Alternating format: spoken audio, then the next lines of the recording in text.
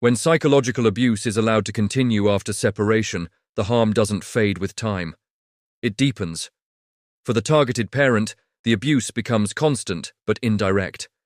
Every interaction is filtered through control, limited access, distorted narratives, delayed communication, and the never-ending need to defend themselves against accusations that never fully resolve.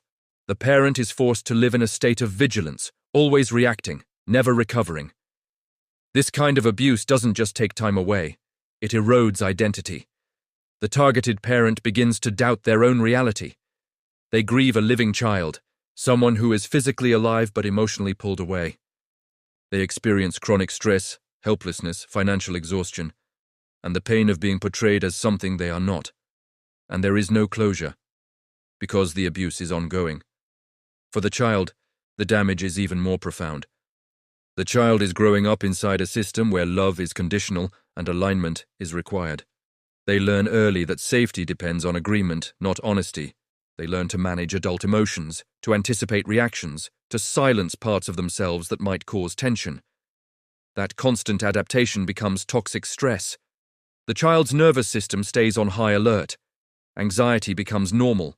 Confusion becomes familiar. The child may begin to show anger, withdrawal, disrespect, or emotional numbness, not because they are defiant, but because they are overwhelmed. They are being asked to carry adult conflict with a child's capacity. As time goes on, the child may internalize the distorted narrative entirely. They may believe the targeted parent deserves the distance. They may feel guilt for moments of affection. They may rewrite memories to reduce the pain of divided loyalty. This is how abuse hides, not through force, but through survival.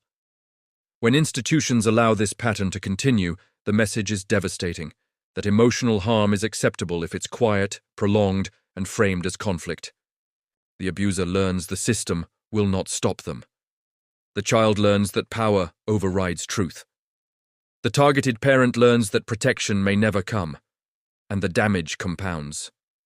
Children raised in this environment often carry these lessons into adulthood, struggling with trust, boundaries, attachment, and conflict. They may repeat similar dynamics in their own relationships, not because they want to, but because it's what they learned. The abuse does not end with one case, it multiplies across lives. Allowing psychological control to continue after separation doesn't preserve stability. It sacrifices healing. It trades short-term order for long-term harm.